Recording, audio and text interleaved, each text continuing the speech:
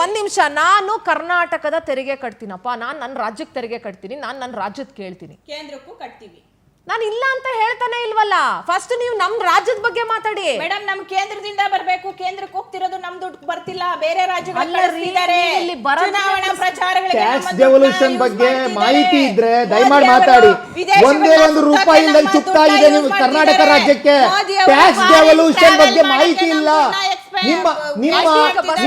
ನಿಮ್ಮ ಇದೊಂದು standard line ಒಂದು ಇಟ್ಕೊಂಡ್ಬಿಟ್ಟಿದ್ದಾರೆ ಕಾಂಗ್ರೆಸ್ ಅವ್ರು ಏನಾದ್ರೂ ಮಾಡಿ ನಿಮ್ ದುಡ್ಡು ನಿಮಗ್ ಬರ್ಬೇಕಂದ್ರೆ ಇರೋ ದುಡ್ಡು ಉಳಿಸ್ಕೊಳಕ್ ಗೊತ್ತಿರ್ಬೇಕಲ್ಲ ಫಸ್ಟ್ ಆಫ್ ಆಲ್ ನಿಮ್ಗೆ ಆಯ್ತ್ರಿ ದೇವೇಗೌಡರಿಗೆ ಒಂದು ಕಾರ್ ಖರೀದಿ ಮಾಡಕ್ಕೆ 1.25 ಕೋಟಿ ಯಾಕ್ರಿ ಖರ್ಚು ಮಾಡಿದ್ರಿ ಅಷ್ಟೊಂದು ಅದೇ ಕಾರ್ ಬೇಕು ಅಂತ ಅವ್ರೇನಾದ್ರು ಕೇಳಿದ್ರ ನಿಮ್ ಸರ್ಕಾರ ನನಗೆ ಕರೆಕ್ಟ್ ಆಗಿ ಮಾಹಿತಿ ಇಲ್ಲ ಮೇಡಮ್ ಮೋಸ್ಟ್ಲಿ ಕೇಳಿದಾರ ಏನೋ ಅದ್ರ ಬಗ್ಗೆ ತಿಳ್ಕೊಂಡು ಹೇಳ್ತೀನಿ ನಾನು ಮೇಡಮ್ ಇನ್ನೊಂದು 140 ಜನ ಕ್ಯಾಬಿನೆಟ್ ರ್ಯಾಂಕ್ ಕೊಟ್ಟಿದ್ದಾರೆ 140 ಜನ ಕ್ಯಾಬಿನೆಟ್ ರ್ಯಾಂಕ್ ಕೊಟ್ಟಿದ್ದಾರೆ ಶಾಸಕರು ಇರ್ತಕ್ಕಂಥದ್ದು ಎಷ್ಟು ಜನ 137 136 ಜನ ಬರ್ಬೋದು ಒಬ್ಬೊಬ್ಬರಿಗೆ ಒಂದು ತಿಂಗಳಿಗೆ ಸಂಬಳ ಎಲ್ಲ ಸೇರಿ ಸುಮಾರು 20 ಲಕ್ಷ ಖರ್ಚಾಗುತ್ತೆ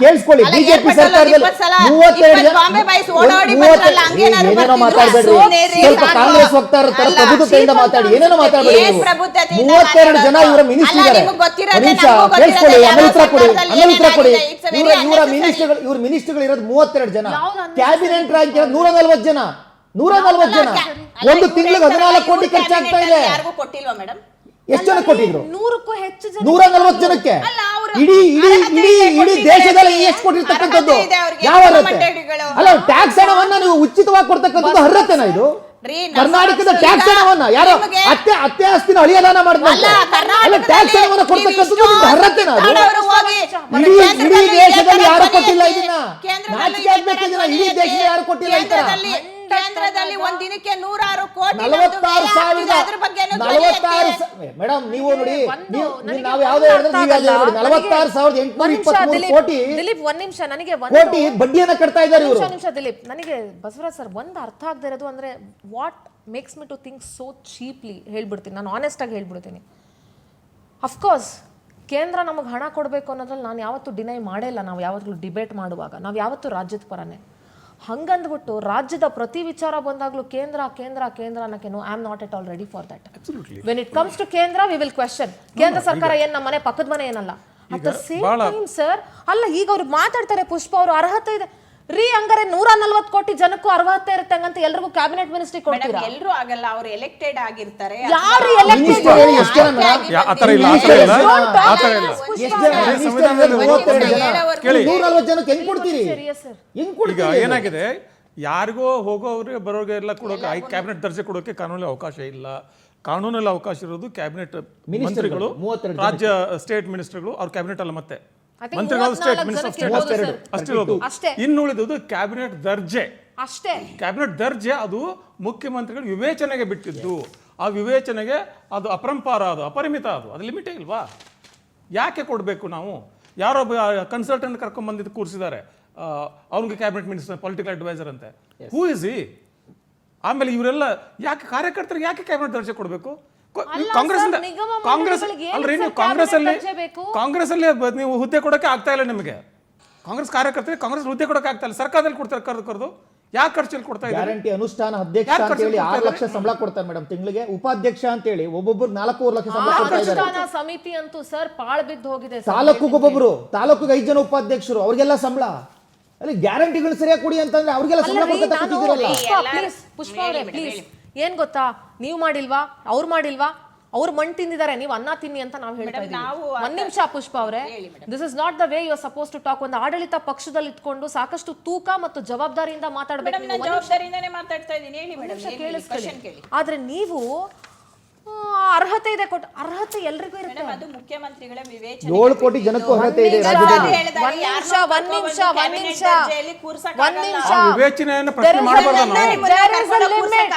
ಒಂದ್ ನಿಮಿಷ ಅದು ನೀವು ಥಿಂಕ್ ಮಾಡ್ಬೇಕು ನಿಮಗೆ ಅರ್ಹತೆ ಕರ್ಕೊಂಡು ಕೂರಿಸಿದಾರ ನನ್ನನ್ನು ಹೇಳಿಬೇಡಿ ನನಗೆ ನನ್ನ ಅರ್ಹತೆ ಗೊತ್ತಿದೆ ನನ್ನ ಅರ್ಹತೆ ನನಗೆ ಗೊತ್ತಿದೆ ಒಂದ್ ನಿಮಿಷ XYZ ನಾನು ಹೇಳ್ತಾ ಇದ್ದೀನಿ ಎಕ್ಸ್ ಕೂರಿಸಿದ್ದಾರೆ XYZ ಅಂತ ನಾನು ಹೇಳ್ತೀನಿ ಇಲ್ಲ ಅದು ಪುಷ್ಪ ಅವರೇ ವಿವೇಚನೆಯ ಮೇಲೆ ಈಗ ಪುಷ್ಪ ಅವರೇ ಒಂದು ಅರ್ಥ ಮಾಡ್ಕೊಳ್ಳಿ ಮುಖ್ಯಮಂತ್ರಿಗಳ ವಿವೇಚನೆಗೆ ತಕ್ಕಂತೆ ಕಾನೂನನ್ನ ಬದಲಾಯಿಸೋದಕ್ಕೆ ಸಾಧ್ಯ ಇಲ್ಲ please understand the technical point ಮುಖ್ಯಮಂತ್ರಿಗಳ ವಿವೇಚನೆಗೆ ತಕ್ಕಂತೆ ಒಂದೆರಡು ಸೀಟ್ಗಳನ್ನು ಎಕ್ಸ್ಟ್ರಾ ಮಾಡಬಹುದು. ಇನ್ನೊಂದು ವಾದ ನೋಡೋಣ ಸಿಂಧೂರ. ಈಗ ಫಾರ್ ಎಕ್ಸಾಂಪಲ್ ಒಂದು ಯಾವುದೋ ಕುಕ್ಕಟ ಉದ್ಯಮ ನಿಗಮ ಅಂತ ಒಂದಿದೆ ಅನ್ಕೊಳ್ಳಿ. ಅದಕ್ಕೊಬ್ಬ ಅಧ್ಯಕ್ಷರು ಚೇರ್ಮನ್ ಇರ್ತಾರೆ. ಆ ಚೇರ್ಮನ್ ಅವರನ್ನ ಕ್ಯಾಬಿನೆಟ್ ದರ್ಜೆಗೆ ಏರಿಸಿದ ತಕ್ಷಣ ಅಲ್ಲಿ ಏನು ಕೆಲಸ ಇಂಪ್ರೂವ್ ಆಗುತ್ತೆ? ಏನೂ ಆಗಲ್ಲ ಸರ್. ಏನು ಹೆಚ್ಚಿನ ಮಾಡಕ್ಕಾಗದು? ಏನು ಮಾಡಕ್ಕಾಗಲ್ಲ. ಒಂದು ದುಬಾರಿ ಕಾರು ಏನು ಆಗೋಲ್ಲ. ನೀವು ಅದೇ ಖರ್ಚನ್ನ ಕೆಲವೊಂದು ಹಿಂದುಳಿದ ಅಥವಾ ಅಲೆಮಾರಿ ಜನಾಂಗಗಳು ಈ ತರದವ್ರಿಗೆಲ್ಲಾನು ಕೆಲವೊಂದು ಸವಲತ್ತುಗಳು ಸರ್ಕಾರದಿಂದ ನೇರವಾಗಿ ಸಿಗಲ್ಲ. ಈ ನಿಗಮ ಮಂಡಳಿಗಳು ಏನಿರುತ್ತೆ, ಏನ್ ಮಾಡಿದ್ದಾರೆ, ನಾನ್ ನೋಡಿರೋದು ಹೇಳ್ತೀನಿ. ಅವ್ರಿಗೆ ಕೆಲವೊಂದು ಸೌಲಭ್ಯಗಳನ್ನ ಒದಗಿಸೋಕ್ಕೆ, ಅಲ್ಲಿ ಹೋಗಿ ರೀಚ್ ಮಾಡೋದಕ್ಕೆ ಅಥವಾ ಅಧಿಕಾರಿಗಳೊಂದಿಗೆ ಇವರು ಇಂಟ್ರಾಕ್ಟ್ ಮಾಡಕ್ಕೆ ಇದು ಅದು ಕ್ಯಾಬಿನೆಟ್ ದರ್ಜೆ ಆಗಬೇಕು. ಅಲ್ಲಲ್ಲ, ಇದು ಒಂದು ಒಳ್ಳೆ ಮಾರ್ಗ.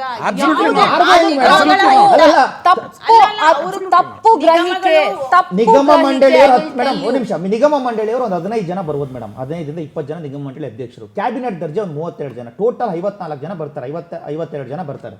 ನೀವು 52 ಜನ ಕೊಡಿ, ನಿಗಮ ಮಂಡಳಿಯವರು ಕೊಡಿ ಅಧ್ಯಕ್ಷರಿಗೆ. ನಾವು ಬೇಡ ಅಂತ ಹೇಳ್ತಾ ಇಲ್ಲ. ನೀವ್ ಯಾರೋ ಅನುಷ್ಠಾನ ಸಮಿತಿ ಅಧ್ಯಕ್ಷ ಅಂತೆ, ಉಪಾಧ್ಯಕ್ಷ ಅಂತೆ, ಮತ್ತೊಬ್ಬ ಅಂತ ಇವ್ರಿಗೆಲ್ಲ ಸಂಬಳ, PA, ಅವರಿಗೆ ಕಾಂಗ್ರೆಸ್ ಪಕ್ಷದ ವಕ್ತಾರರು, ನೀವು ಅದನ್ನು ವಹಿಸ್ಕೋಬೇಕು, ನೀವು ಪಕ್ಷನ ವಹಿಸ್ಕೋಬೇಕು, ನಾನಿಲ್ಲ ಅಂತ ಹೇಳ್ತಿಲ್ಲ. ನೀವು ಪದೇ ಪದೇ ಬಿಜೆಪಿ ಹೇಳ್ತೀರಲ್ಲ, ನಾನು ಒಂದೇ ಮಾತಲ್ಲಿ ಹೇಳ್ಬಿಡ್ತೀನಿ, ಬಿಜೆಪಿ ಸರಿಯಾಗಿ ಆಡಳಿತ ಕೊಡದೇ ಇರೋದಕ್ಕೆ ಜನ ಅವರನ್ನ ಮೂಲೆಯಲ್ಲಿ ಕೂರಿಸಿದ್ದಾರೆ. It is a one line, ಅಲ್ಲಿಗೆ ಮುಗೀತು ಅವ್ರ ಕತೆ. ಮೂಲೆಯಲ್ಲಿ ಕೂರಿಸಿದ್ದಾರೆ ಅಂದ್ರೆ ಕೂರಿಸಿದ್ದಾರೆ. ನಿಮಗೆ ಅಧಿಕಾರ ಕೊಟ್ಟ ಮೇಲೆ ನೀವ್ ಏನ್ ಮಾಡ್ಬೇಕಾಗಿತ್ತು? ಒಂದ್ ನಿಮಿಷ, ಮತ್ತೆ ನೀವು ಹೇಳ್ಬೇಡಿ ನೀವ್ ಏನೇನ್ ಮಾಡಿದೀರಾ ಅನ್ನೋದನ್ನ ನಿಮ್ಮ ಪಕ್ಷದ ಶಾಸಕರ ನುಡಿಮುತ್ತುಗಳಲ್ಲಿ ಇಡೀ ಕರ್ನಾಟಕ ಕೇಳಿದೆ. ಸರ್ಕಾರದ ಸಾಧನಾ ಸಮಾವೇಶ ಯಾರಿಗ್ ಬೇಕಾಗಿದೆ? 147 ಕೋಟಿ. ನೀವು ಕಾಂಗ್ರೆಸ್ ಪಕ್ಷದ ವಕ್ತಾರೆಯಾಗಿ ಸರ್ಕಾರನ ವಹಿಸ್ಕೊಳ್ತಾ ಇದ್ದೀರಾ. ಆನೆಸ್ಟ್ ಆಗಿ ಹೇಳಿ, 140 ಕೋಟಿ ಖರ್ಚು ಮಾಡಿ ಸರ್ಕಾರದ ಒಂದು ಸಮಾವೇಶ ಮಾಡೋ ಬದಲು ಅದೇ 147 ಕೋಟಿನ ಶಾಸಕರಿಗೆ ಅನುದಾನ ಕೊಟ್ರೆ ಅಟ್ಲೀಸ್ಟ್ ಆ ಕ್ಷೇತ್ರಗಳ ಅಭಿವೃದ್ಧಿ ಆಗಲ್ವಾ? ಮೇಡಮ್, ಅನುದಾನನೂ ಕೊಡ್ಬೇಕು, ಸಮಾವೇಶನೂ ಮಾಡಬೇಕು. ತಮಗ್ ಬೇಡ ಸಮಾವೇಶ. ಕೆಲಸ ಮಾಡಿ, ನೀವು ಬನ್ನಿ ಮೇಡಮ್, ನಿಮಗ್ ಬೇಡದೇ ಇರ್ಬೋದು, ನಮ್ಮ ಜನಗಳು ಕೇಳ್ತಾರೆ. ನಿಮ್ಮ ಪಕ್ಷ ನಮ್ಮ ಕಾರ್ಯಕರ್ತರು 137 seat sir. Let us do one thing sir. ನಾನು ಓಪನ್ ಆಗಿ ಹೇಳ್ತಿದ್ದೀನಿ sir, let us do one thing. ನೀವು ಬನ್ನಿ, ನಿಮ್ಮ ಪಕ್ಷದಿಂದ ಯಾರನ್ನ ಕರ್ಕೊಂಡ್ಬರ್ತೀರೋ ಬನ್ನಿ. ನಾನು ಓಪನ್ ಆನರ್ ಅಲ್ಲಿ ಹೇಳ್ತಾ ಇದ್ದೀನಿ. ಸೊ ನಿಮ್ಮ ಯಾರ್ಯಾರು ವೋಟ್ ಹಾಕಿದ್ದಾರೆ ಅಂತ ನಿಮಗೆ ಗೊತ್ತಿದ್ರೆ, ನಿಮ್ಮ ವೋಟರ್ಸ್ ಯಾರು ಅಂತ ಗೊತ್ತಿದ್ರೆ, ಒಂದ್ ನಿಮಿಷ ಅವ್ರ ಹತ್ರ ಹೋಗೋಣ, ಒಂದ್ ಕ್ಯಾಮ್ರಾ ತಗೊಳ್ತೀನಿ, let us do one survey. ಎಷ್ಟು ಜನ ವೋಟ್ ಮಾಡ್ತಾರೆ 147 ಜನಕ್ಕೆ ಅಂತ ಹೇಳಿ. ಸಾಧನಾ ಸಮಾವೇಶವನ್ನ ಮೇಡಮ್, ಸಾಧನಾ ಸಮಾವೇಶ ಮಾಡಬೇಕಾಗಿರೋದು ಇವರ ಪಾರ್ಟಿ ಹಣದಲ್ಲಿ ಮಾಡ್ಲಿ, ಸಾರ್ವಜನಿಕರ ಹಣದಲ್ಲಿ ಯಾಕೆ ಮಾಡ್ತೀರಿ? ಟ್ಯಾಕ್ಸ್ ಹಣದಲ್ಲಿ ಯಾಕೆ ಮಾಡ್ತೀರಿ? ರಾಜಕೀಯ ಕಾರ್ಯಕ್ರಮ ಅದು. ನಿಮ್ಮ ರಾಜಕೀಯ ಕಾರ್ಯಕ್ರಮಕ್ಕೆ ಕರ್ನಾಟಕ ಸರ್ಕಾರದ ಹಣವನ್ನು ಯಾಕೆ ಉಪಯೋಗಿಸ್ತೀರಿ? ಓಪನ್ ಏನೋ ಫೋನ್ ಏನಾದ್ರು ನಾನು ಈಗ ಲೈನ್ಸ್ ಓಪನ್ ಮಾಡಿದ್ರು ಉತ್ತರ ಕರ್ನಾಟಕ ಭಾಗದ ಜನ ಕೂಡ ಇದಕ್ಕೆ ಒಪ್ಪೋದಿಲ್ಲ. ಅದಕ್ಕೆ ಮೇಡಮ್, ಈಗ ಒಬ್ಬೊಬ್ಬರು ಯಾವ ಇಲಾಖೆ ಖರ್ಚು ಮಾಡ್ತೀವಿ ಈ ಸಾಧನಾ ಸಮಾವೇಶಕ್ಕೆ? ಯಾವ ಇಲಾಖೆಯಿಂದ ದುಡ್ಡು ಕೊಡ್ಸಿದ್ರಿ? ಯಾವ ಕಾನೂನು ಅಡಿಯಲ್ಲಿ ಕೊಡ್ಸಿದ್ರಿ? ಟೆಂಡರ್ ಕರೆದಿದ್ರ? ಟ್ರಾನ್ಸ್ಪರೆನ್ಸಿ ಆಕ್ಟ್ ಪ್ರಕಾರ ಮಾಡಿದ್ರ? ಇವೆಲ್ಲ RTI ಕೇಳಬೇಕಾಗುತ್ತದೆ. ಆಮೇಲೆ ಆ ಇವೆಂಟ್ ಮ್ಯಾನೇಜರ್ ಯಾರು? ಇವೆಂಟ್ ಆರ್ಗನೈಸರ್ ಕಾಂಟ್ಯಾಕ್ಟ್ ಕೊಟ್ಟಿರ್ತೀರಿ, ಯಾರು, ಎಷ್ಟು ಕೊಟ್ಟಿದ್ದೀರಿ? ಅದೆಲ್ಲ ನೋಡಿಬಿಟ್ರೆ ಆ ಒಂದು ಸಾಧನಾ ಸಮಾವೇಶವನ್ನು ಈ ಕೂಲಂಕುಷ ನಾವು ಪರಿಗಣನೆ ಮಾಡಿಬಿಟ್ರೆ ಇವರು ಸರ್ಕಾರದ ಬೆಳಕೆಲ್ಲ ಗೊತ್ತಾಗುತ್ತೆ ನಮಗೆ, ಈ ಪ್ರಶ್ನೆಗಳನ್ನ ಕೇಳಿಬಿಟ್ರೆ. ಯಾಕಂದ್ರೆ ಯಾವ ಇಲಾಖೆಯಿಂದ ಮಾಡಿದ್ರಿ ನೀವು 140 ಕೋಟಿ? ಯಾವ ಇಲಾಖೆಯಲ್ಲಿ ಪ್ರೊವಿಷನ್ ಇದೆ? PWD ಇದೆಯಾ? ಫಿನಾನ್ಸ್ ಡಿಪಾರ್ಟ್ಮೆಂಟ್ ಎಲ್ಲಿದೆ ಪ್ರೊವಿಷನ್ ಇದೆಯಾ? ಯಾರು ಕೊಟ್ರು? ಟೆಂಡರ್ ಕರೆದಿದ್ರಾ? ಯಾವಾಗ ಕರೆದಿದ್ರು? ಯಾರಿಗೆ ಕೊಟ್ರು? ಇನ್ನೊಂದು madam, department of social welfare Karnataka ಇದಕ್ಕೆ ಚಪಾತಿ ಯಂತ್ರಗಳನ್ನ ತೆಗೆದುಕೊಳ್ತಾರೆ. 14 ಕೋಟಿ ಕೊಟ್ಟು ಚಪಾತಿ ಯಂತ್ರಗಳನ್ನ ತೆಗೆದುಕೊಳ್ತಾರೆ. ಯಾರಿಗೆ? ವಿದ್ಯಾರ್ಥಿ ನಿಲಯಕ್ಕೆ, ಆಶ್ರಯ ಶಾಲೆಗಳಿಗೆ, ಸರ್ಕಾರಿ ವಿದ್ಯಾರ್ಥಿ ಊಟದ ಕೇಂದ್ರಗಳಿಗೆ, ಜೈಲುಗಳಿಗೆ. ನೀವು ಶಾಕ್ ಆಗ್ತೀರಾ, ಇದುವರೆಗೂ ಆ ಮಿಷನ್ಗಳು ಹಾನಿ ಮಾಡಿಲ್ಲ 2023ರಿಂದ. ಹೇಳ್ತಾರೆ ನಾವು ಟ್ರೈನಿಂಗ್ ಕೊಟ್ಟಿಲ್ಲ. ಸರ್, ನಾನು ನಾನು ಮರ್ತುಬಿಟ್ಟೆ ಸರ್. ನಾನು ಇವತ್ತು ಬೆಳಿಗ್ಗೆ ನಾನೊಂದು ಕೋರ್ಟ್ ಇದಕ್ಕೆ ಹೋಗಿದ್ದೆ ಸರ್. ಆ ಲಾಲ್ಬಾಗ್ ಒಳಗಡೆ ಕಬ್ಬನ್ ಪಾರ್ಕೋ ಏನೋ ಕಬ್ಬನ್ ಪಾರ್ಕ್ ಇದೆಯಲ್ಲ, ಹೈಕೋರ್ಟ್ ಹಿಂಗ್ ಒಳಗಡೆ ಸರ್, ಅಲ್ಲಿ ಈ ಸೈಕಲ್ನ ನೋಡಿ, ಬೆಂಗಳೂರು ಸೈಕಲ್ ಟ್ರಯಲ್ಸ್ ಅಂತ ಹೇಳಿ ಸೈಕಲ್ನ ಯಾರಿಗೋ ಟೆಂಡರ್ ಕೊಟ್ಟಿದ್ದಾರೆ ಸರ್. ನಾನು ಇಷ್ಟು ದಿವಸ ಅಬ್ಸರ್ವ್ ಮಾಡಿಲ್ಲ, ಸುಮ್ಮನೆ ಹೋಗಿ ಅಬ್ಸರ್ವ್ ಮಾಡ್ದೆ. I was shock. ಸುಮಾರು ಒಂದು 500ಕ್ಕೂ ಹೆಚ್ಚು ಸೈಕಲ್ಗಳನ್ನ ಹೆಂಗ್ ಬಿದ್ದಿದಾವೆ ಆ ಸೈಕಲ್ಗಳನ್ನ. ಅದು ಯಾರಿಗೆ ಟೆಂಡರ್ ಕೊಟ್ಟಿದಾರೋ ಆ ಜಾಗನ, ಯಾರಿಗೆ ಬಾಡಿಗೆ ಕೊಟ್ಟಿದಾರೋ ನನಗೆ ಗೊತ್ತಿಲ್ಲ. ಸುಮಾರು 500ಕ್ಕೂ ಹೆಚ್ಚು ಸೈಕಲ್ಗಳು ಸರ್, ನೀವು ನೋಡ್ಬೋದು ಸರ್. ಸುಮ್ಮನೆ ಬಿಸಾಕಿ ಬಿಟ್ಟಿದ್ದಾರೆ ಸರ್. ಇದ್ರ ಬಗ್ಗೆ ಯಾರು ಗಮನ ಹರಿಸಿಲ್ಲ. ಸುಮಾರು ಒಂದು 500+ ಸೈಕಲ್ಸ್ ಅದೇನು ಪ್ರೈವೇಟ್ ಅವ್ರಿಗೆ ಟೆಂಡರ್ ಕೊಟ್ಟಿದ್ರು ಅಥವಾ ಏನೋ ಎತ್ತೋ ನನಗಂತೂ ಗೊತ್ತಿಲ್ಲ. ಯು ಕ್ಯಾನ್ ಸಿ ಹಿಂದೆ ಒಂದು ಯೋಜನೆ ಇತ್ತು ಸೈಕಲ್ ಟ್ರ್ಯಾಕ್ ಮಾಡಬೇಕು ಅಂತ, ಸೈಕಲ್ ಯಾಕೆ ಬೆಸಾಕ್ಬೇಕು ಅದಕ್ಕೆ? ನೋಡಿ, ಶಾಲಾ ಮಕ್ಳಿಗೆ ಸೈಕಲ್ ಕೊಟ್ರೆ ಉಪಯೋಗಕ್ಕೆ ಬರಲ್ವಾ? ಇದು ಸ್ಕ್ರಾಪ್ ಒಂಥರ ಸ್ಕ್ರಾಪ್ಗಳು ಬಿಸಾಕಿದ್ದಾರೆ. ಇಲ್ಲ ಅದು ವರ್ಕಿಂಗ್ ಅಲ್ಲಿ ಇದೆ ಏನಂತ ಕರೆಕ್ಟ್ ಆಗಿ ಇಲ್ಲ ವರ್ಕಿಂಗ್ ಇಲ್ಲ ಇದು ಸೈಕಲ್ ಸ್ಟ್ಯಾಂಡ್ ಇದೆಲ್ಲ, ಸೈಕಲ್ ಸ್ಟ್ಯಾಂಡ್ ಅನ್ನ ಬಿಡಲ್ಲ ತಾನೆ, ಗುಜಿಗಾನ ಹಾಕೊಂಡ್ಬಿಡ್ತಾರೆ ಬೇಗ. ಸೈಕಲ್ ಸ್ಟ್ಯಾಂಡು ಸೈಕಲ್ ಎರಡನ್ನೂ ಗುಜರಿ ತರ ಹಾಕ್ಬಿಟ್ಟಿದ್ದಾರೆ. ಹೆಂಗ್ ಬಿಸಾಕಿದಾರೆ ನೋಡಿ ಸರ್. 500+ ಸೈಕಲ್ಸ್ ಇದೆ ಅಲ್ಲಿ. ಅಬ್ಸಲ್ಯೂಟ್ಲಿ. ಇದು ದುಂದು ವೆಚ್ಚ ಅಲ್ವಾ? ಅಂದ್ರೆ ಗಮನ ಹರಿಸ್ತಾ ಇರೋದು ದುಂದು ವೆಚ್ಚನೇ. If you are wasting some resource ಅಲ್ವಾ, ಅದು ದುಂದು ವೆಚ್ಚನೇ. ಯಾಕಂದ್ರೆ ನಾವು ಉಳಿತಾಯ ಮಾಡೋದು ಸಹ ಒಂದು ರೀತಿಯ ನಮಗೆ. ಈಗ ನೀವು ಇನ್ನೊಂದು ಮಾನವೀಯತೆ ಬಗ್ಗೆ ಮಾತಾಡಿದ್ರಿ ಪುಷ್ಪ ಅವರೇ, ನಾನೊಂದು ಸಣ್ಣ ಎಕ್ಸಾಂಪಲ್ ಕೊಡ್ತೀನಿ. ನಿಮ್ಮ ಮನೇಲಿ ಒಂದು 4 ಜನ ಮಕ್ಳಿರ್ತಾರೆ ಅಂತ ಇಟ್ಕೊಳ್ಳಿ. ನೀವು ಒಂದು ಪಾತ್ರೆಯಲ್ಲಿ ಅಡುಗೆ ಮಾಡಿದಿರಿ. ಫಸ್ಟು ನಿಮ್ಮನೆ ಮಕ್ಳಿಗೆ ಹೊಟ್ಟೆ ತುಂಬ ಊಟ ಕೊಟ್ಟು ಮಿಕ್ಕಿದ್ರೆ ನೀವು ಪಕ್ಕದ ಮನೆಗೆ ಕೊಡ್ತೀರೋ, ಇಲ್ಲ ನಿಮ್ಮನೆ ಮಕ್ಳಿಗೆ ಇಷ್ಟಿಷ್ಟು ಊಟ ಕೊಟ್ಬಿಟ್ಟು ಮಿಕ್ಕದನ್ನ ಫಸ್ಟು ಪಕ್ಕದ ಮನೆಗೆ ಕೊಟ್ಬಿಟ್ಟು ಮಾನವೀಯತೆ ಅಂತೇಳಿ ನಿಮ್ಮನೆ ಮಕ್ಳಿಗೆ ಅರ್ಧ ಹೊಟ್ಟೆಗೆ ಊಟ ಹಾಕ್ತೀರಾ ನೀವು? ಹೊಟ್ಟೆ ತುಂಬಿದ ಮೇಲೆ ನಮ್ಮ ಮಕ್ಕಳು ಚೆನ್ನಾಗಿದ್ದಾರೆ ತಿನ್ನೋದ್ರಲ್ಲೂ ಸ್ವಲ್ಪ ಶೇರ್ ಮಾಡ್ತೀವಿ. ಆ ಬುದ್ಧಿ ಅಂತೂ ನಮ್ಗಿದೆ ಅಲ್ವಾ? ನಮಗೂ ಇದೆ. ಅದನ್ನ ನಾವು ಒಪ್ಕೊಳ್ತೀವಿ. ಶೇರಿಂಗ್ ಇಸ್ ಕೇರಿಂಗ್ ಅನ್ನೋ ಬುದ್ಧಿ ಅಂತೂ ನಮ್ಗಿದೆ. ಅದು ಎಲ್ರಿಗೂ ಇದೆ. ಅದು ನಿಮ್ಮ ಒಬ್ಬರಿಗೆ ಅಂತ ಅಲ್ಲ. ನಾನು ಹಂಗೆ ಹೇಳ್ತಾ ಇಲ್ಲ. ನಿಮ್ಮ ಮನೆ ಮಕ್ಕಳು ಹೊಟ್ಟೆ ತುಂಬಾ ಊಟ ಮಾಡಿ ತುಂಬಾ ಅಲ್ಲ, ಇನ್ನೊಬ್ರು ಕಷ್ಟದಲ್ಲಿ ಅಂದ್ರೆ ಅರ್ಧ ಹೊಟ್ಟೆ ಹತ್ರ ಇರೋದನ್ನ ಹಂಚಿ ತಿಂತೀವಿ. ಕೇರಳದವ್ರು ಹೇಳಿರ್ಲಿಲ್ಲ ನಾವು ಕಷ್ಟದಲ್ಲಿ ಇದ್ದೀವಿ, ನಮ್ ಕಟ್ಕೊಂಡ್ ಕೊಡಕ್ ಆಗಲ್ಲ ಅಂತ. ಹೇಳ್ಬೇಕಾಗಿಲ್ಲ. ಈಗ ಚೆನ್ನೈನಲ್ಲಿ ಆಯ್ತಲ್ಲ ಫ್ಲಡ್, ಯಾಕೆ ಚೆನ್ನೈ ನಿಮಗೆ ಕಣ್ಣಿಗೆ ಕಾಣಲಿಲ್ಲ? ಅಲ್ಲ ಚೆನ್ನೈನಲ್ಲಿ ಕಣ್ಣಿಗೆ ಸಮಸ್ಯೆ ಆಯ್ತು, ಯಾಕೆ ಕಾಣಲಿಲ್ಲ? ಕೇರಳದ ಬೇರೆ ಬೇರೆ ರಾಜ್ಯದಲ್ಲಿ ಫ್ಲಡ್ ಆಯ್ತು. ವೈನಾಡ್ ಯಾಕೆ ಕಾಣಿಸ್ತಾ ಇದೆ ಅಂತಂದ್ರೆ ಇದು ಯಾವ ಸಂಸ್ಕೃತಿ? ಇದು ಯಾವ ಸಂಸ್ಕೃತಿ? ಪುಷ್ಪ ಅವರೇ, ಯಾವುದೋ ಒಂದು ಪೇಷಂಟ್ ನನ್ನ ಫ್ರೆಂಡೇ ಆಗ್ಲಿ ಯಾರೇ ಆಗ್ಲಿ ಡಾಕ್ಟರ್ ಬಂದು ಅವ್ರಿಗೆ ಹುಷಾರಿಲ್ಲ, ಅವ್ರಿಗೆ ಬ್ಲಡ್ ಬೇಕಾಗಿದೆ ಅಂತ ಅಂದಾಗ ಮಾತ್ರ ನಾವು ಹೋಗಿ ಬ್ಲಡ್ ಕೊಡಕ್ ಸಾಧ್ಯನೇ ಹೊರತು ನಾನೇ ಅವ್ರಿಗೆ ಏನೋ ಹುಷಾರಿಲ್ಲ ಬ್ಲಡ್ ಬೇಕಾಗಿರಬಹುದೇನೋ ಕೊಡೋಣ ಅಂತ ಅರ್ಥ ಮಾಡ್ಕೊಂಡು ಕೊಡ್ಬೋದು ಮೇಡಮ್. ಇನ್ಫಾರ್ಮೇಶನ್ ಸಿಕ್ಕಿದ್ರು ಹೋಗಿ ಸುಮ್ನೆ ಕೊಡಕ್ಕಾಗಲ್ಲ. ಕರ್ನಾಟಕದಲ್ಲಿ ರಕ್ತ ಇರ್ತಾ ಇದೀರಿ, ಕರ್ನಾಟಕ ಜನಕ್ಕೆ ರಕ್ತ ಇಲ್ಲ ಹೀರ್ಕೊಂಡ್ಬಿಟ್ಟಿದ್ದೀರಿ, ಪಕ್ಕದ ರಾಜ್ಯಕ್ಕೆ ಯಾಕೆ ಕೊಡ್ತಾ ಇದೀರಿ? ಕಾಂಟ್ಯಾಕ್ಟ್ ನಂಬರ್ ಸಿಗುತ್ತೆ, ಈ ರಾಜ್ಯದ ಜನಗಳ ರಕ್ತ ಎಲ್ಲ ಹೀರ್ಕೊಂಡಿದ್ದೀರಿ, ಪಕ್ಕದ ರಾಜ್ಯಕ್ಕೆ ಯಾಕೆ ಕೊಡ್ತೀರಿ ರಕ್ತ ಅಂತ ನಾವು ಕೇಳ್ತಾ ಇರೋದು. ರಕ್ತ ಯಾರು ನಾವು ಅದನ್ನೇ ಕೇಳ್ತಾ ಇದ್ದೀವಿ. ಕೊರೋನಾದಲ್ಲಿ ನಿಮಗೆ ದಮ್ಮು ತಾಕತ್ತು ಅಂತಕ್ಕಂಥದ್ದು ಏನಾದ್ರು ಇದ್ರೆ ಒಬ್ಬೇ ಒಬ್ಬರು ಅರೆಸ್ಟ್ ಮಾಡಿ, ಒಬ್ಬೇ ಒಬ್ಬರು ಕೇಸ್ ಮಾಡಿ, ಆ ತಾಕತ್ತನ್ನ ತೋರಿಸಿ. ಮೇಡಮ್ ಆಯ್ತು ಬಿಡಿ. ಈಗ ನಂದಿ ಹಿಲ್ಸ್ ಕ್ಯಾಬಿನೆಟ್ ಅಂತ ಹೇಳ್ಬಿಟ್ಟು ಮಾಡ್ತಾರೆ madam. Nandi hills cabinet meeting ಮಾಡ್ತಾರೆ, 4 ರಿಂದ 5 ಕೋಟಿ ಖರ್ಚು ಮಾಡ್ತಾರೆ. ಈ 4 ರಿಂದ 5 ಕೋಟಿಯನ್ನ ಖರ್ಚು ಮಾಡೋ ಬದಲು ಇದು ವಿಧಾನಸೌಧದಲ್ಲಿ ಮಾಡ್ಬೋದಾಯ್ತಲ್ಲ, 5 ಕೋಟಿ ಉಳಿಸಬಹುದಾಯ್ತಲ್ಲ. ಇದೊಂಥರ ಶೋಕಿ ಅಲ್ವಾ ಇದು? ಬೆಳಗಾವಿ ಅಧಿವೇಶನ ಮಾಡಿದ್ರಲ್ಲ ಸರ್, ಇವರ ನಾಯಕತ್ವ ಬದಲಾವಣೆಯ ಸ್ಟೇಟ್ಮೆಂಟ್ಗಳಿಗೆ ಆ ಅಧಿವೇಶನ ಸೀಮಿತ ಆಗುತ್ತೆ ಹೊರತು ಒಂದಾದ್ರೂ ಉತ್ತರ ಕರ್ನಾಟಕದ ಸೊಲ್ಯೂಷನ್ ಸಿಗ್ತಾ ಸರ್ ಹೇಳಿ? ಅಲ್ಲಿ ಸುವರ್ಣ ವಿಧಾನಸೌಧ ಕಟ್ಟಿದ್ದೇ ಅದಕ್ಕೋಸ್ಕರ. ಅಲ್ಲಿ ಉತ್ತರ ಕರ್ನಾಟಕದ ಸಮಸ್ಯೆಗಳಿಗೆ ಪ್ರಾಮುಖ್ಯತೆ ಬರಲಿ, ಅಲ್ಲಿನ ಪ್ರಾದೇಶಿಕ ಅಸಮತೋಲನದ ಬಗ್ಗೆ ಚರ್ಚೆ ಆಗಲಿ ಅಂತಾನೆ ಕಟ್ಟಿದ್ದು. ಈಗ ನೋಡಿದ್ರೆ ಅಲ್ಲಿ ಶಾಸಕರುಗಳು ಅಲ್ಲಿ ಗೋವಾದಲ್ಲಿ ಸಭೆ ಸಚಿವ ಆದ್ರೂ ಅಲ್ಲೋಗಿ ಆಡಳಿತ ನಡೆಸಿದಾರ. ಇಲ್ಲಿನ ಶಾಸಕರು ಸಭೆ ನಡೆಯುವಾಗ, ಶಾಸಕಾಂಗ ಸಭೆ ನಡೆಯುವಾಗ ಬೆಳಗಾವಿಯಲ್ಲಿ, ವೀಕೆಂಡಲ್ಲಿ ಗೋವಾನಲ್ಲಿ, ಇಲ್ಲಿ ಬಂದು ಚರ್ಚೆ ಮಾಡೋದು. ಇಲ್ಲಿ ಚರ್ಚೆ ಏನು, ಯಾರು ಕುರ್ಚಿ ಯಾರು ಯಾವಾಗ ಕೊಡ್ತಾರೆ ಏನ್ ಕತೆ ಇದು ಚರ್ಚೆ. ಅದಕ್ಕೋಸ್ಕರ ಅಷ್ಟು ದುಡ್ಡು ಖರ್ಚು ಮಾಡಬೇಕು. Huge expense. ನೀವು ಸದನ ನಡೆಯುವಾಗ ಬೆಳಗಾವಿಗೆ ಹೋದ್ರೆ ಒಂದೇ ಒಂದು ಹೋಟೆಲ್ ರೂಮ್ ಸಿಗಲ್ಲ ನಿಮಗೆ. ಅಂದ್ರೆ ನೀವು, ನಾನು ಓಪನ್ ಆಗಿ ಕೇಳ್ತಾ ಇದ್ದೀನಿ ಪುಷ್ಪ, ಅಂದ್ರೆ ನೀವು ಸರ್ಕಾರದ ಈ ವೆಚ್ಚಗಳನ್ನ ಸರಿ ಅಂತ ಒಪ್ಕೋತಾ ಇದ್ದೀರಾ? ಮೇಡಮ್ ಎಲ್ಲಾ ರೀತಿಯಲ್ಲೂ ಎಲ್ಲಾ ಸರಿ ಅಂತಾನೂ ಹೇಳಲ್ಲ, ನಾನು ಎಲ್ಲಾ ತಪ್ಪು ಅಂತ ಸರಿ ಅಂತಾನೂ ಹೇಳಲ್ಲ. ಎಲ್ಲ ನೀವು ಅಡ್ಗೋಡೆ ಮೇಲೆ ದೀಪ ಇಟ್ಟಾಗ ಮಾತಾಡಕ್ಕಾಗಲ್ಲ. ನೋಡಿ, ಇಫ್ ಇಟ್ ಇಸ್ ಅದು ನಿಜವಾಗ್ಲೂ ತಪ್ಪಿದೆ ಅಂದಾಗ, ಇವಾಗ ನೋಡಿ ಒಂದು ಡಿಸ್ಕಷನ್ ನಡೀತಿದೆ, ನೀವು ಮಾಡೋದ್ರಲ್ಲಿ ತುಂಬಾ ಅರ್ಥ ಇರುತ್ತೆ. ಎಷ್ಟೊಂದು ಜನ ನೋಡಿದಾಗ ಇದು ಯಾವ್ದು ಸರಿ ಯಾವ್ದು ತಪ್ಪು ಅಂತ ಜನ ಒಂದು ನಿರ್ಣಯಕ್ಕೆ ಬರ್ತಾರೆ. ಮಾಡೋ ಅನಿವಾರ್ಯತೆ ಇದ್ದಾಗ ಮಾಡಬೇಕಾಗತ್ತೆ. ದುಂದು ವೆಚ್ಚ ಮಾಡಿರೋದು ನಿಜನೇ ಆಗಿದ್ರೆ ಜನ ಅರ್ಥ. ನಾನು ಹೇಳ್ತೀನಿ ಕೇಳಿ, ನಿಮಗೆ ಗೊತ್ತಿಲ್ಲ ದೇವೇಗೌಡರು ಕೇಳಿದಾರೋ ಇಲ್ವೋ ನನಗೆ ಗೊತ್ತಿಲ್ಲ ಅಂತ ಅಂದ್ರಿ ಅಲ್ವಾ. ಇಫ್ ಎಟ್ ಆಲ್ ದೇವೇಗೌಡರು ಕೇಳಿದ್ರು ಸರ್, ಯಾರೇ ಆಗಲಿ, ಭಾರತದ ಮಾಜಿ ಪ್ರಧಾನಿಗಳೇ ಆಗಲಿ ಯಾರೇ ಆಗಲಿ ಸರ್, ನನಗೆ ವೋಲ್ವೋ ಕಾರೇ ಬೇಕು ಅಂತ ಕೇಳುವಂತ ಕಾನೂನು ಯಾವ್ದಾದ್ರು ನಮ್ಮಲ್ಲಿ ಇದೆಯಾ? Please kindly correct me if I am wrong. ಆದ್ರೆ ವಾಹನ ಫೆಸಿಲಿಟಿ ಕೊಡಿ ಅಂತ ಹೇಳಿರ್ತಾರೆ ಅಷ್ಟೇ. ಈಗ ಮಾಜಿ ಪ್ರಧಾನಮಂತ್ರಿ ಸ್ವಲ್ಪ ಕೇಳಿ, ಮಾಜಿ ಪ್ರಧಾನಮಂತ್ರಿ ಅಂದ್ರೆ ಸ್ವಲ್ಪ ಆ ಒಂದು ಹುದ್ದೆಗೆ ತಕ್ಕದ ಕಾರಣ ಕೊಡಬೇಕಾಗ್ತದೆ. ಮತ್ತೆ ಹಳೆಯ ಅಂಬಾಸಿಡರ್ ಕೊಡಕ್ಕಾಗಲ್ಲ ಅವ್ರಿಗೆ. ಆಯ್ತು, ದಟ್ಸ್ ಓಕೆ. ಬಟ್ ಇನ್ನುಳಿದವೆಲ್ಲ ಬ್ರಾಂಡ್ಸ್ ಆಲ್ಸೋ ಅಬ್ಸಲ್ಯೂಟ್ಲಿ ಅದೇ ಬ್ರಾಂಡ್ಸ್ ಆಲ್ಸೋ ನಾನೇನು ಅಬ್ದುಲ್ ಕಲಾಂ ತರನೇ ಎಲ್ಲರೂ ಇರಬೇಕು ಅಂತ ಈಗ ನಾನು ಕೆಲವರು ಹೇಳ್ತಾ ಇಲ್ಲ. ಈಗ ಅದೇ ರೇಂಜಲ್ಲಿ ಇರ್ತದೆ. ಇದು ವೋಲ್ವೋ ಅದು X90 ಅದು 1 ಕೋಟಿ ಚಿಲ್ಲರೆ ಇದೆ. ವೆಲ್ಫೇರ್ ಟೊಯೋಟಾ ವೆಲ್ಫೇರ್ ಕೂಡ ಅಷ್ಟೇ ಇದೆ. ತುಂಬಾ ಆ ಒಂದು ಕ್ಲಾಸ್ ಅಲ್ಲಿ ಇರುವ ಕಾರ್ಗಳು ಸುಮಾರು 1-2 ಕೋಟಿ ವರೆಗೆ ಇರ್ತವೆ. ಅವ್ರಿಗೆ ಯಾವುದು ಸರಿ ಹೋಗುತ್ತೆ ಅದು ಬಟ್ ಮಾಜಿ ಪ್ರಧಾನಮಂತ್ರಿಗೆ I don't really find fault with that. But rest of it is really question. And ಬಾಕಿ ಬಿಲ್ಗಳು ಮಾಡಿರೋದು ನನ್ನ ವಿರೋಧ ಇದೆ. ನಾನು ನನ್ನ ಅಂತಂದ್ರೆ ರಾಜ್ಯದ ಜನರ ನಾವು ಸರ್ವೆ ಮಾಡಿದಾಗ್ಲೂ ಸರ್ 147 ಕೋಟಿ ಇವರು ಸಾಧನಾ ಸಮಾವೇಶಕ್ಕೆ ಮಾಡೋದಿದೆಯಲ್ಲ, that is utter waste. Utter waste. ಯಾಕೆಂದ್ರೆ ಸರ್ಕಾರಗಳು ಯಾವತ್ತೂ ಸಿಂಪಲ್ ಪಾಲಿಸಿನ ಫಾಲೋ ಮಾಡ್ಕೊಂಡು ಹೋಗ್ಬೇಕು, ಹಂಬಲ್ ಪಾಲಿಸಿನ ಫಾಲೋ ಮಾಡ್ಕೊಂಡು ಹೋಗಿ ಜನಕ್ಕೆ ಒಂದು ರೋಲ್ ಮಾಡೆಲ್ ಸರ್ಕಾರ ಆಗ್ಬೇಕೇ ಹೊರತು ಆಡಂಬರ ವೈಭೋಗ ವಿಜೃಂಭಣೆ. ನಾವು ನೇಮಿಸಿದೀವಿ. ಎಷ್ಟು ರ್ಯಾಲಿ ಮಾಡ್ತಾರೆ ಮೇಡಮ್ ಒಂದು ವರ್ಷದಲ್ಲಿ?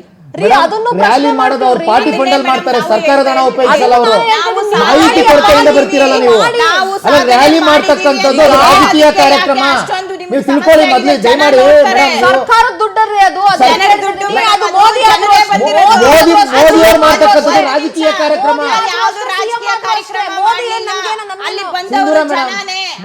ಮೋದಿ ಅವರು ಮಾಡ್ತಕ್ಕಂಥದ್ದು ರಾಜಕೀಯ ಕಾರ್ಯಕ್ರಮ. ಅದು ಪಾರ್ಟಿ ಫಂಡ್ ಅಲ್ಲಿ ಮಾಡ್ತಾರೆ, ಸರ್ಕಾರದ ಹಣದಲ್ಲಿ ಮಾಡಲ್ಲ. ಅಲ್ಲ, ಇದು ಮಾಡಿರ್ತಕ್ಕಂಥದ್ದು ನೀವು ಸರ್ಕಾರಿ ಹಣ 150 ಕೋಟಿ ಸರ್ಕಾರಿ ಹಣವನ್ನ ಉಪಯೋಗಿಸಿದಿರಿ. 137 ಸೀಟ್ ಕೊಟ್ಟರು ಅದೇ ಜನ. ಅದಕ್ಕೆ ಯಾಕೆ ನಮ್ಮ ಹಣ ಉಪಯೋಗಿಸ್ತೀರಿ? ನಿಮ್ ಪಾರ್ಟಿ ಫಂಡ್ ಉಪಯೋಗಿಸ್ರಿ. ನೀವು ಪಾರ್ಟಿ ಫಂಡ್ ಅದು ಯೂಸ್ ಮಾಡಿ, ನಮ್ಮ ಹಣವನ್ನ ಯಾಕೆ ಉಪಯೋಗಿಸ್ತೀರಿ? ನಿಮ್ಮ ಮಾತಿಗೆ ಬರ್ತೀನಿ. 137 ಸೀಟ್ಗಳನ್ನ ನಿಮಗೆ ಜನ ಕೊಟ್ಟಿದ್ದಾರೆ ಅಂದ್ರೆ ನೀವು ಜನ ದಿಲೀಪ್ ಒಂದೇ ಪಾಯಿಂಟ್ ಹೇಳ್ಬಿಡ್ತೀನಿ. ನೀವು ಆ ಜನಕ್ಕೆಗೋಸ್ಕರ ಜನ ಕೇಳ್ತಿದ್ದಾರೆ, ಜನಕ್ಕೋಸ್ಕರ ನಾವು ಮಾಡ್ತಿದೀವಿ ಅಂದಾಗ ನಿಮ್ಮ ಪಕ್ಷದ ಜವಾಬ್ದಾರಿ ನಿಯತ್ತು ಇನ್ನೂ ಜಾಸ್ತಿಯಾಗಿ ಪಕ್ಷದ ಹಣನೋ ಇಲ್ಲ ನಿಮ್ಮ ಪಾರ್ಟಿಲ್ 137 ಜನ ಗೆದ್ದಿದಾರಲ್ಲ ಅವರು ಒಬ್ಬೊಬ್ರು 5-5 ಲಕ್ಷನೋ 10 ಲಕ್ಷನೋ ಹಾಕಿ ನಿಮ್ಮ ಸಾಧನಾ ಸಮಾವೇಶ ಮಾಡ್ಬೇಕೇ ಹೊರತು ಸರ್ಕಾರದ ಜನಕ್ಕೆ ಕೊಡಕ್ಕೆ ಬೇಕಾ? ಸರ್ಕಾರ ಮಾಡಿರುವಂತಹ ಸಾಧನೆ. ಏನ್ ಮಾತಾಡ್ತೀರಿ ಮೇಡಮ್? ಇದು ಯಾವ ಇತಿಹಾಸದಲ್ಲಿ ಫಸ್ಟ್ ಅನ್ಸುತ್ತೆ ಈ ಸರ್ಕಾರದ ಹಣದಲ್ಲಿ ಸಾಧನಾ ಸಮಾವೇಶ ಮಾಡಿರ್ತಕ್ಕಂಥದ್ದು ಇಡೀ ದೇಶದಲ್ಲಿ. ತೆಗಿರಿ, ಯಾವ್ದು ಇಷ್ಟು ತೆಗಿರಿ. ಸುಮ್ಮನೆ ಹೇಳೋದಲ್ಲ, ಗಾಳಿ ಗುಂಡಿಡಲ್ಲ ಇಷ್ಟು ತೆಗಿತೀವಿ ಅಂತ. ನೀವು ಅಧಿಕಾರಕ್ಕೆ ಬಂದಾಗಿದ್ದಲ್ಲ ಇಷ್ಟು ತೆಗಿತೀರಿ ಅಂತ. ಅಧಿಕಾರಕ್ಕೆ ಬಂದಿದ್ದು ಒಂದೇ ಒಂದು ಕೇಸ್ ಹಾಕಕ್ಕಾಗಿಲ್ಲ ನಿಮ್ಮ ಯೋಗ್ಯತೆಗೆ. ಯಾವ ಇಷ್ಟು ತೆಗಿತೀರಿ? ಯಾವ ಇಷ್ಟು ತೆಗಿತೀರಿ? ನಿಮ್ದು ನಿಮ್ ಹಿಸ್ಟ್ರಿ ನೋಡಿದ್ದೇವೆ 2.5 ವರ್ಷ ನೋಡ್ತಾ ಇದೀವಿ ನಿಮ್ ಹಿಸ್ಟ್ರಿಯನ್ನ. ಸಾಕಾಗಿದೆ ನಿಮ್ ಹಿಸ್ಟ್ರಿ ನೋಡಿ ರಾಜ್ಯದ ಜನತೆ. ನಾನು ಅನ್ಕೊಂಡಿದ್ದೆ ಪುಷ್ಪ ಅವರೊಬ್ರು ಮಹಿಳೆ ಮನೆಯನ್ನ ತುಂಬಾ ಚೆನ್ನಾಗಿ ನಿಭಾಯಿಸುವಂತ ಆ ಫಿನಾನ್ಷಿಯಲ್ ಬ್ಯಾಲೆನ್ಸಿಂಗ್ ಅನ್ನೋದು ಸರ್ ಒಬ್ಬ ಹೆಣ್ಣು ಮಗಳಿಗೆ ತುಂಬಾ ಚೆನ್ನಾಗಿ ನಾಕಿರುತ್ತೆ. ಯಾಕಂದ್ರೆ 10 ರೂಪಾಯಿನ ಯಾವ್ದೋ ಒಂದು ಇದ್ರ ಡಬ್ಬಿಲಿಟ್ಟು ಅದನ್ನೇ ನಾನು ಹೇಳ್ತೀನಿ. ಅದೇ ಈ ಗ್ಯಾರಂಟಿ ಇವತ್ತು ನಮ್ಮಂತಹ ಹೆಣ್ಣು ಮಕ್ಕಳಿಗೆ ಶಕ್ತಿ. ಗ್ಯಾರಂಟಿ ಬಗ್ಗೆ ಯಾರು ಮಾತಾಡ್ತಾರೆ? ಗ್ಯಾರಂಟಿ ಬಗ್ಗೆ ಮಾತಾಡ್ತಾ ಇಲ್ಲ. ನನ್ನ ಮನೆಗೆ ಬರ್ತಾ ಇರೋ ನಾವು ದುಡ್ಡು ವೆಚ್ಚದ ಬಗ್ಗೆ ಮಾತಾಡ್ತಾ ಇದೀವಿ. ಒಂದು ತಿಂಗಳಿಗೆ 5,000 ರೂಪಾಯಿ ನೇರವಾಗಿ ಹೆಣ್ಣು ಮಕ್ಕಳ ಇದಕ್ಕೆ ಹೋಗ್ತಿದೆ. That is not my topic and I am not even ಅದ್ರ ಬಗ್ಗೆ ನಾನು ಡಿಸ್ಪ್ಯೂಟ್ ಇಲ್ಲ. ಸರಳ ಉದಾಹರಣೆ ಕೊಡೋಣ ಪುಷ್ಪ ಅವರಿಗೆ. ಸ್ವಲ್ಪ ಅರ್ಥ ಆಗ್ತಾ ಇಲ್ಲ. ನೀವು ಮನೆ ನಡೆಸ್ತಿದ್ದೀರಿ, ಮನೆಗೆ ಇಂತಿಷ್ಟು ಸಂಬಳ ಬರ್ತದೆ. ಆಮೇಲೆ ನಾವು ಒಳ್ಳೆ ಸಂಪ್ರದಾಯ ಇರ್ತದೆ, ನಮಗೊಂದು ಕಳಕಳಿ ಇರ್ತದೆ. ಹೀಗಾಗಿ ಒಂದು 10-6 ಜನ ಹುಡುಗರಿಗೆ ಊಟ ಹಾಕ್ಬೇಕು ಅಂತ ನಾವು ಮಾಡ್ತಿರ್ತೇವೆ. ಬರೋ ಖರ್ಚಿನೆಲ್ಲ ಅದಕ್ಕೆ ಹಾಕ್ಬಿಟ್ರೆ ನಿಮ್ಮ ಮನೆ ಮಕ್ಕಳಿಗೆ ಏನು ಊಟ ಆಗೋದು? ಅದೇ ಸರ್ ನಾವು ಹೇಳೋದು. ನಮಸ್ತೆ ಟ್ರಂಪ್ ಅಂತ ಕರ್ಕೊಂಡ್ಬಂದು 900 ಕೋಟಿ ಖರ್ಚು ಮಾಡಿದ್ರಲ್ಲ, ಅದನ್ನು ಕೇಳಬೇಕು ಸರ್. ಅದನ್ನು ಕೇಳಬೇಕು. ಕರೆಕ್ಟ್. ಅದನ್ನು ಕೇಳಬೇಕು. 8 ಲಕ್ಷ ಕೋಟಿ ಸಾಲ ಮಾಡಿದಿರಿ, 50,000 ಕೋಟಿ ಬಡ್ಡಿ ಕಟ್ತಾ ಇದ್ದೀರಿ. ಅಲ್ಲ, ಈ ರಾಜ್ಯವನ್ನ ಹಾಳ್ಗೆಡದಿಕ್ಕಿದ್ದೀರಿ. ರೆವಿನ್ಯೂ ಡಿಫಿಸಿಟ್, ಸರ್ಪ್ಲಸ್ ಬಜೆಟ್, ಅಲ್ಲ ಎಲ್ಲ ಈ ರಾಜ್ಯದ ಆರ್ಥಿಕತೆಯನ್ನ ಹಾಳು ಮಾಡಿ ಮೋದಿ ಅವ್ರ ಬಗ್ಗೆ ಮಾತಾಡ್ತೀರಿ. ಭಾರತದ ಆರ್ಥಿಕತೆ ಬಗ್ಗೆ ನಾಲೆಡ್ಜ್ ಇಟ್ಕೊಂಡ್ಬರ್ರಿ. ಭಾರತದ ಆರ್ಥಿಕತೆ ಎಷ್ಟಿದೆ? ಭಾರತದ ಆರ್ಥಿಕತೆ ಎಷ್ಟನೇ ಪರಿಸ್ಥಿತಿಯಲ್ಲಿ, ಎಷ್ಟನೇ ಸ್ಥಾನದಲ್ಲಿ ತಿಳ್ಕೊಂಡ್ ಮಾತಾಡಿ. ಸ್ಥಾನದಲ್ಲಿ ಇರೋದಲ್ಲ, ಅದಾಗದೆ ನಾವು ಬೆಳೆಸಿದ್ದು. ನೀವು ಬೆಳೆಸಿದ್ರಿ, ಏನ್ ಬೆಳೆಸಿದ್ರಿ? ಎಷ್ಟೇ ಸ್ಥಾನದಲ್ಲಿತ್ತು? 2014ರಲ್ಲಿ ಎಷ್ಟೇ ಸ್ಥಾನದಲ್ಲಿತ್ತು? ಇವತ್ತು ಎಷ್ಟೇ ಸ್ಥಾನದಲ್ಲಿದೆ? ಎಷ್ಟೇ ಸ್ಥಾನದಲ್ಲಿದೆ? ಲೂಟಿ ಹೊಡೆದಿದ್ರಿ. ಕೋಲ್ಗೇಟ್ ಹಗರಣ, ಕಾಮನ್ವೆಲ್ತ್ ಹಗರಣ, 2G ಸ್ಪೆಕ್ಟ್ರಮ್ ಹಗರಣ, ಲೂಟಿ ಹೊಡೆದು ಬಿಸಾಕಿದ್ರಿ ರಾಜ್ಯವನ್ನ, ದೇಶವನ್ನ. ಇದರಿಂದ ಏನಾದ್ರು ಜನಕ್ಕೆ ಮಾಹಿತಿ ಹೋಯ್ತಾ? ಲೂಟಿ ಬಗ್ಗೆ ಮಾತಾಡೋ ನೈತಿಕತೆ ಬಿಜೆಪಿಗೂ ಇಲ್ಲ, ಕಾಂಗ್ರೆಸ್ಗೂ ಇಲ್ಲ, JDSಗೂ ಇಲ್ಲ. ಪುಷ್ಪ, ನನಗೊಂದು ಉದಾಹರಣೆ ಕೊಡಿ. ಇದೇ ಯುದ್ಧದ ಸಂದರ್ಭದಲ್ಲಿ ಇಫ್ ಎಟ್ ಆಲ್ ನಿಮ್ಮ ಸರ್ಕಾರ ಕೇಂದ್ರದಲ್ಲಿ ಇದ್ದಿದ್ರೆ ನೀವು ಈ ಸಿಚುಯೇಷನ್ನ ಯಾವ ರೀತಿ ಹ್ಯಾಂಡ್ಲ್ ಮಾಡ್ತಾ ಇದ್ರಿ? ಪ್ಲೀಸ್ ನಾನು ಸ್ವಲ್ಪ ಎಕ್ಸ್ಪ್ಲೇನ್ ಮಾಡಿ. ನಮ್ಮ ವಿದೇಶಾಂಗ ನೀತಿಗಳು ದಿಟ್ಟವಾಗಿ ತಗೊಳ್ತಿದ್ವಿ. ಅಂದ್ರೆ ಒಂದ್ ನಿಮಿಷ, ಒಂದ್ ಸೆಕೆಂಡ್. ಅಲ್ಲಿಗೆ ಕಾಂಗ್ರೆಸ್ ಪಕ್ಷದ ವಿದೇಶಾಂಗ ನೀತಿ ಬೇರೆ, ಬಿಜೆಪಿ ಪಕ್ಷದ ವಿದೇಶಾಂಗ ನೀತಿ ಬೇರೆ ಅಂತ ಏನಾದ್ರೂ ನಮ್ಮ ಸಂವಿಧಾನದಲ್ಲಿ ಕಾನೂನಲ್ಲಿ ಇದೆಯಾ? Is there any different foreign policies for Congress and BJP? ಅಲ್ಲ, ತಗೊಳ್ಬೇಕಾದ್ರೆ ನೋಡಿ, ಮನಮೋಹನ್ ಸಿಂಗ್ ಅವರ ವಿದೇಶಾಂಗ ನೀತಿಗಳಿಗೂ ಮೋದಿ ಸರ್ ತಗೊಂಡಂತಹ ವಿದೇಶಾಂಗ ನೀತಿಗಳಿಗೂ ತುಂಬಾ ಡಿಫ್ರೆನ್ಸ್ ಇದೆ. ನೋಡಿ, ಅಲಿಪ್ತ ನೀತಿ ಇಂಡಿವಿಜುವಲ್ ಆಗಿ ಒಂದು ಸ್ಟ್ಯಾಂಡ್ ಅಲ್ಲಿ ಇರಬೇಕು. ಅಮೆರಿಕ ಕಡೆ ಇರ್ಬೇಕಾ, ಇಸ್ರೇಲ್ ಕಡೆ ಇರ್ಬೇಕಾ, ಇರಾನ್ ಕಡೆ ಇರ್ಬೇಕಾ? ಇದರಲ್ಲಿ ಇವತ್ತಿಗೂ ನಮಗೆ ಸ್ಪಷ್ಟತೆ ಇಲ್ಲ ಜನಗಳಿಗೆ. ಇವ್ರು ಯಾವ ಕಡೆ ಇರ್ತಾರೆ? ಇಸ್ರೇಲ್ಗೂ ಹೋಗ್ತಾರೆ, ಇರಾನ್ ಅವ್ರ ಜೊತೆನೂ ಮಾತಾಡ್ತಾರೆ, ಆ ಕಡೆ ಅಮೆರಿಕ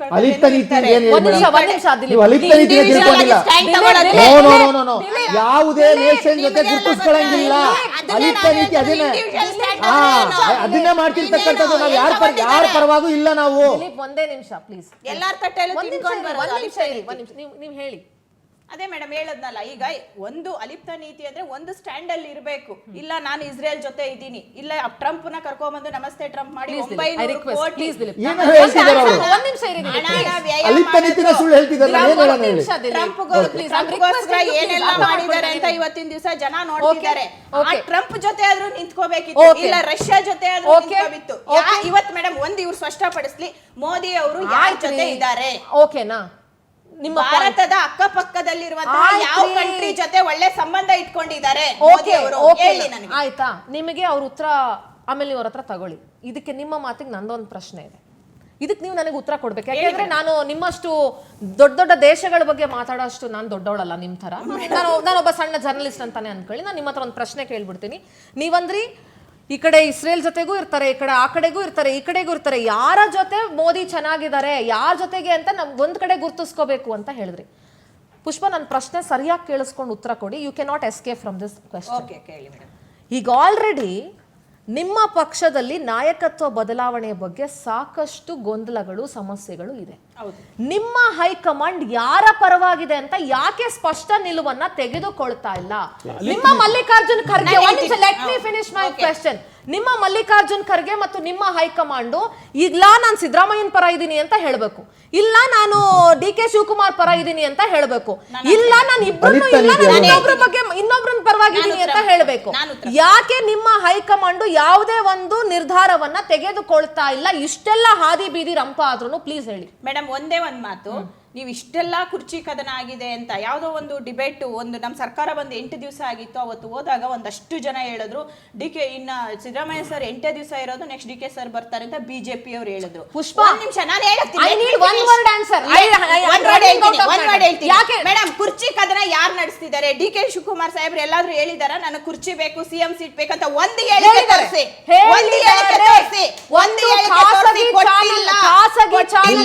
ಮೇಡಮ್. ವೇಣುಗೋಪಾಲ್ ಅವರು ಹೇಳಿದ್ದೆ ವೇಣುಗೋಪಾಲ್ ಅವರು ಹೇಳಿದ್ರು. ನಾನು ನಿಮಗೆ ಕೇಳ್ತಾ ಇರೋದು ಒಂದೇ ಪ್ರಶ್ನೆ, ಓಕೆನಾ? ಹೇಳಿ ಮೇಡಮ್. ನಾನ್ ನಿಮಗೆ ಕೇಳ್ತಾ ಇರೋದು ವೆರಿ ಸಿಂಪಲ್. ಇವಾಗ ನೀವ್ ಹೇಳಿದ್ರಿ ಮೋದಿ ಅವರು ಯಾವ ದೇಶದ ಜೊತೆ ಚೆನ್ನಾಗಿದ್ದಾರೆ ನಮ್ಗೆ ಹೇಳ್ಬೇಕು ಅಂತ. ಮೋದಿ ಅವ್ರು ಬಂದು ಏನ್ ಹೇಳಿಲ್ಲ ನಿಮ್ಗೆ. ಈಗ ನೀವೇ ಡಿ ಕೆ ಶಿವಕುಮಾರ್ ಏನಾದ್ರು ಕುರ್ಚಿ ಕೇಳಿದಾರ ಅಂತ ನೀವು ಕೇಳಿದ್ರಿ. ಮೋದಿ ಅವರು ಎಲ್ಲೂ ಬಂದು ಹೇಳಿಲ್ಲ. ಅವ್ರು ನಮ್ಮನ್ನ ಹಿಂಗ್ ಕೇಳ್ತಿದಾರೆ, ಆ ದೇಶ ನಮ್ಮ ಕುರ್ಚಿ ಕದನ ಬೇರೆ ಬೇರೆ. ಅರ್ಥ ಮಾಡ್ಕೊಂಡು ನಿಮ್ಮ ಹತ್ರ ಉತ್ತರ ಇಲ್ಲ ಅಷ್ಟೇ. ಯಾಕೆ ನಿಮ್ಮ ಹೈಕಮಾಂಡ್ ಒಂದ್ ಸ್ಟ್ಯಾಂಡ್ ತಗೊಂಡು? ಮೇಡಮ್, ಯಾರು ಹೇಳಿದಾರೆ ಕುರ್ಚಿ ಬೇಕು ಅಂತ? ಡಿ ಕೆ ಸರ್ ಹೇಳಿದಾರ? ನಿಮ್ ಮೀಡಿಯಾ ಅಲ್ಲಿ ಬಂದು ಪವರ್ ಟಿವಿಗೆ ಯಾವತ್ತಾರು ಸ್ಟೇಟ್ಮೆಂಟ್ ಕೊಟ್ಟಿದ್ದಾರೆ?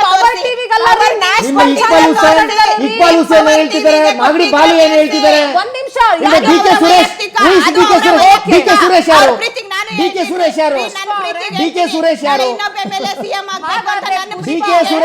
ಹಾಗಾದ್ರೆ ಪುಷ್ಪ ಅವರೇ, ಮೋದಿ ಅವರು ಯಾಕೆ ಬಂದು ನಿಮ್ ಕಾಂಗ್ರೆಸ್ ಪಕ್ಷ ಕ್ಯಾನ್ಸಲ್ ಮಾಡ್ಬೇಕು? ಮೇಡಮ್, ದೇಶಕ್ಕೆ ಪ್ರಧಾನಿ ಅವರು ಕಾಂಗ್ರೆಸ್ ಪಕ್ಷದ ಬಗ್ಗೆ ಹೇಳ್ತೀರಾ? ನಾನು ಇಲ್ಲಿನ ಪ್ರಜೆ, ನಾನು ಮೊದಲಿನ ಪ್ರಜೆ, ಟ್ಯಾಕ್ಸ್ ಕಟ್ತೀನಿ. ಅಲ್ಲಿ ಅವರು ಪ್ರಧಾನಿಗಳು ನಮಗೂ ಮೇಡಮ್ ಕುರ್ಚಿ ಕದನನೇ ಬೇರೆ, ಪ್ರಧಾನಿಗಳ ಟಾಪಿಕ್ ಬೇರೆ. ನೀವು ಕಾಂಗ್ರೆಸ್ ಅವರ ಹತ್ರ ಉತ್ತರ ಇಲ್ಲ ಇದೆ. ಯಾಕಿಲ್ಲ? ಯಾರು ಕುರ್ಚಿ ಕದನ ನಡೆಸಿದ್ದಾರೆ? ಮೇಡಮ್, ನಿಮ್ ಪವರ್ ಟಿವಿಗೆ ಯಾವತ್ತಾದ್ರೂ ಕುರ್ಚಿ ಕದನ ನಡೀತಾ ಇದೆ ಅಂತ ನಮ್ಮ ಡಿಸಿಎಂ ಹೇಳಿದಾರಾ? ರೀ ನಿಮ್ಮ ಶಾಸಕರುಗಳೇ ಹೇಳ್ತಿದಾರಲ್ಲ. ನನಗೆ ಒಂದ್ ನಿಮಿಷ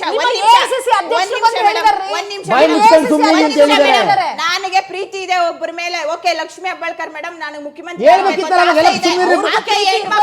ಮೇಡಮ್ ಇವರಲ್ಲಿ ಕುರ್ಚಿ ಕದನನೇ ಇಲ್ಲ ಅಂದ್ರೆ ಇವ್ರ ಅಧ್ಯಕ್ಷರು ಬಂದು ಹೇಳ್ಬೇಕಿತ್ತು, ನಮ್ಮಲ್ಲಿ ಕುರ್ಚಿ ಕದನ ಇಲ್ಲ, ಸಿದ್ದರಾಮಯ್ಯ 5 ವರ್ಷ ಮುಖ್ಯಮಂತ್ರಿ ಅಂತ ಹೇಳ್ಬೇಕಿತ್ತು. ಡಿ ಕೆ ಶಿವಕುಮಾರ್ ಅವರು ಒಂದು ಇಂಗ್ಲಿಷ್ ಚಾನೆಲ್ ಅಲ್ಲಿ ಮಾತಾಡ್ತಾನೆ ಹೇಳಿದ್ದಾರೆ, ಅದನ್ನ ಅವ್ರು ನೋಡಿಲ್ಲ ಅನ್ಸುತ್ತೆ. It's okay, ಬಿಡಿ ಒಪ್ಪಂದ ಆಗಿತ್ತು ಅಂತ ಹೇಳಿದ್ದಾರೆ. ಆಮೇಲೆ ಅನೇಕ ಬಾರಿ ಬೇಕು ಅಂತ ಹೇಳಿಲ್ಲ ಅವರೆಲ್ಲೂ. ಏನ್ ನಿಮ್ ಬರೆದು ಕೊಡ್ಬೇಕೇನ್ರಿ? ಚಿಕ್ಕ ಮಕ್ಕಳು ಸ್ಪೂನ್ ಫೀಡ್ ಮಾಡ್ಬೇಕಾ? ಸ್ಪೂನ್ ಓಪನ್ ಆಗಿ ಮಾತಾಡಕ್ಕಾಗ್ತದೆ? ರಾಜಕೀಯ ರೀ, ಯಾರು ಹೇಳಲ್ಲ. ಥ್ಯಾಂಕ್ ಯು ಸೋ ಮಚ್ ಎಲ್ರಿಗೂ. All right, thank you so much. ನಾನು ಬಹಳ ಸ್ಪಷ್ಟವಾಗಿ ಹೇಳ್ತಿದ್ದೀನಿ, ನಮ್ಮಲ್ಲಿ ಬಿದ್ರು ಮೀಸೆ ಮಣ್ಣಾಗಲ್ಲ ಅನ್ನೋ ಒಂದು ಮಾತಿದೆ. ಅದು ಯಾರ್ಯಾರಿಗೆ ಅಪ್ಲೈ ಆಗುತ್ತೋ ಅವ್ರವ್ರು ಅಪ್ಲೈ ಮಾಡ್ಕೋಬಹುದು ಅಂತ ಹೇಳ್ತಾ, ಡಿ ಕೆ ಶಿವಕುಮಾರ್ ಎಲ್ಲಿ ಆ ಥರ ಮಾತಾಡಿದ್ದಾರೆ, ಯಾರು ಎಲ್ಲಿ ಮಾತಾಡಿಲ್ಲ, ಅವ್ರವ್ರ ಪಕ್ಷದಲ್ಲಿ ಏನಾಗಿದೆ, ಯಾರ್ಯಾರು ಹಾದಿ ಬೀದಿಲಿ ಬಂದು ಮಾತಾಡಿದ್ದಾರೆ, ಎಫ್ ಎಟ್ ಆಲ್ ಅವ್ರವ್ರು ಇಷ್ಟ ಬಂದಂಗೆ ಅವ್ರವ್ರ ಸ್ಟೇಟ್ಮೆಂಟ್ ಕೊಡ್ಬೋದು ಅನ್ನೋದಾಯ್ತು. ಅಂದರೆ ಕೇಂದ್ರನೂ ಇಷ್ಟ ಬಂದಂಗೆ ಸ್ಟೇಟ್ಮೆಂಟ್ ಕೊಡ್ಬೋದು. ರಾಜ್ಯಕ್ಕೆ ಏನು ರಾಜ್ಯಕ್ಕೊಂದು ನ್ಯಾಯ, ಕೇಂದ್ರಕ್ಕೊಂದು ನ್ಯಾಯ ಅಂತ ಎಲ್ಲೂ ಇಲ್ಲ. ರಾಜ್ಯದ ಜವಾಬ್ದಾರಿ ನಿಭಾಯಿಸಬೇಕು, ಕೇಂದ್ರದ ಜವಾಬ್ದಾರಿ ನಿಭಾಯಿಸಬೇಕು. ಕೇಂದ್ರ ಅಂತ ಬಂದಾಗ ಪ್ರಧಾನಿ, ರಾಜ್ಯ ಅಂತ ಬಂದಾಗ ಮುಖ್ಯಮಂತ್ರಿಗಳು, ಅವರಿಗೆ ಅವ್ರದ್ದೇ ಆದಂಥ ಜವಾಬ್ದಾರಿಗಳಿರುತ್ತೆ.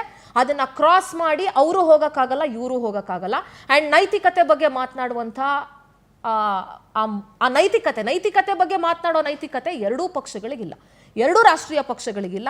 ಆ್ಯಂಡ್ ಬಂಡತನವನ್ನು ಬಿಟ್ಟಿಲ್ಲ ಅಂತಂದರೆ ಕಾಂಗ್ರೆಸ್ ಪಕ್ಷ, ನೀವು ಬಹಳ ಕಷ್ಟಕ್ಕೆ ಸಿಕ್ಕಾಕೊಳ್ತೀರಾ. ನೀವು ಗ್ಯಾರಂಟಿಗಳ ಬಗ್ಗೆ ನಮ್ಮ ಡಿಸ್ಪ್ಯೂಟ್ ಇಲ್ಲ, ನೀವು ಬಡವರಿಗೆ ಮಾಡ್ತಾ ಇದ್ದೀರಾ, ಅದು ಒಳ್ಳೆ ಕಾರ್ಯಕ್ರಮ ಮಾಡಿ. ಆದರೆ ನಿಮ್ಮ ಇತಿ ಮಿತಿಯನ್ನು ಅರ್ಥ ಮಾಡ್ಕೊಳ್ಳಿ.